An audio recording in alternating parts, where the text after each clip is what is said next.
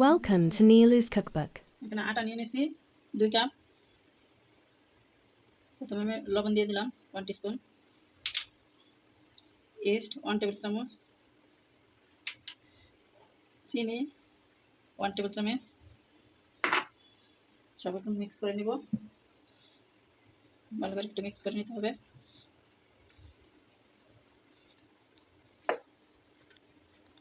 এখন আমি তেল দিয়ে দিচ্ছি 2 টেবিল স্পুন। আবার মিক্স করে নিব। এটা এখন হাত দিয়ে ভালো করে মিক্স করে নিতে হবে।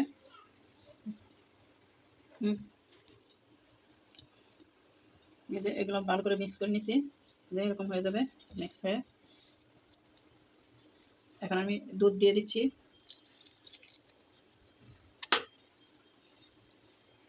দুধটা হবে গরম।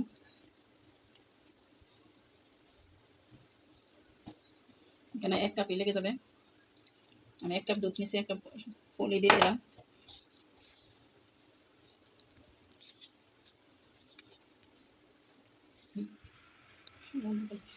ডোটা হয়ে গেছে। এখন আমি 1 ঘন্টার জন্য ঢেকে রাখবো।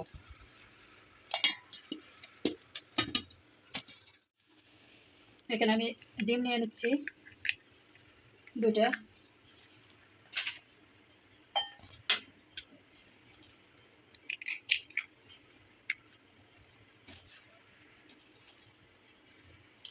দিয়ে দিব 1 চিমটি লবণ, 1 চিমটি জিরা পাউডার, 1 চিমটি চিলি ফ্লেক্স। এখন সব একসাথে মিক্স করে নেব।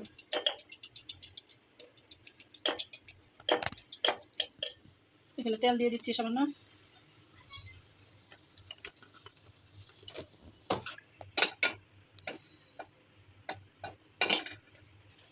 এখন ডিমটা দিয়ে দিচ্ছি।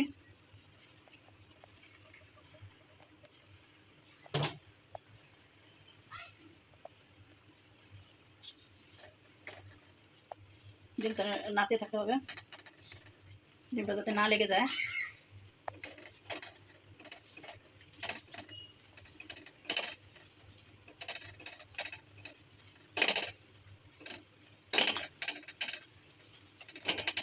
দলা পাকা যাতে না থাকে, একটু সারা করে নিতে হবে।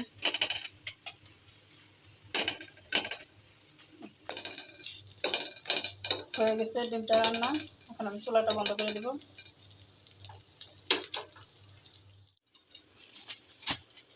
এক ঘন্টা পর আবার চলে আসলাম। আটাগুলির এই অবস্থা হয়েছে।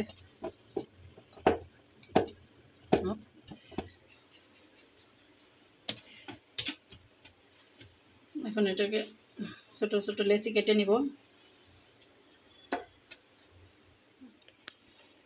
যেখানে 6টা হয়েছে।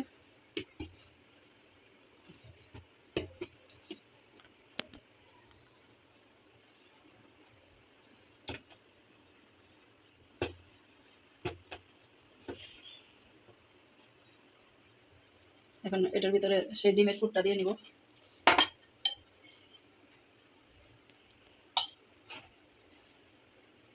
ডিম পরোটা। আর দিয়ে দিচ্ছি চিজ। এখন এইভাবে বন্ধ করে নিব। ভালো করে বন্ধ করতে হবে, খেয়াল রাখতে হবে যাতে না বের হয়ে যায়।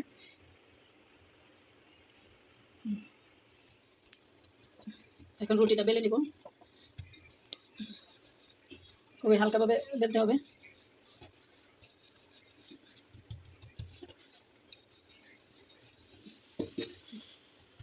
পুরটা এরকম হয়েছে, বেশি পাতলা হবে না, একটু মোটা রাখতে হবে।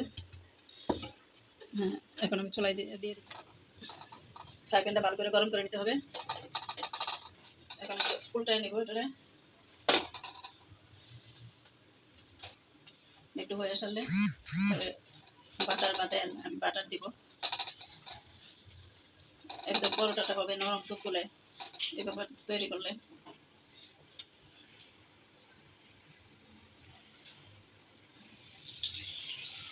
আমি এখন একটু বাটার দিয়ে দিলাম। এমনিও খাওয়া যেতে পারে, কিন্তু বাটার বা তেলটা দিলে আর কি ভালো লাগবে। পরোটা তো পরোটার মধ্যে দিতে হবে।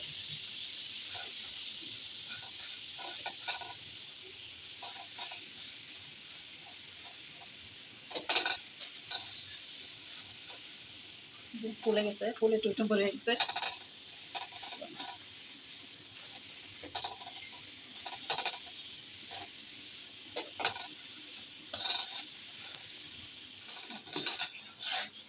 এটা এখন হয়ে গেছে।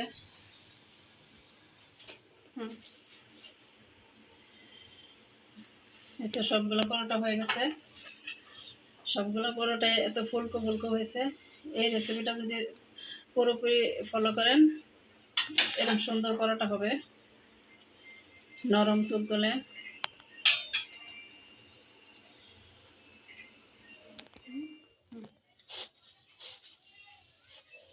দেখেন রুটিটা বা পরোটাটা কি সুন্দর হয়েছে, একদম নরম তুলতুলে ফ্লফি। ও অনেক গরম,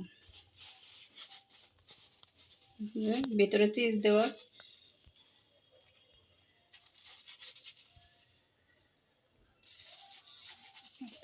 গরমের লেগে ভিডিওটা ভালো লাগলে লাইক কমেন্ট শেয়ার দিয়ে পাশে থাকবেন। ইনশাল্লাহ এরকম সুন্দর সুন্দর ভিডিও নিয়ে যেতে আবার আসতে পারি। আবার দেখা হবে। সবার সাথে সবাই ভালো থাকবেন।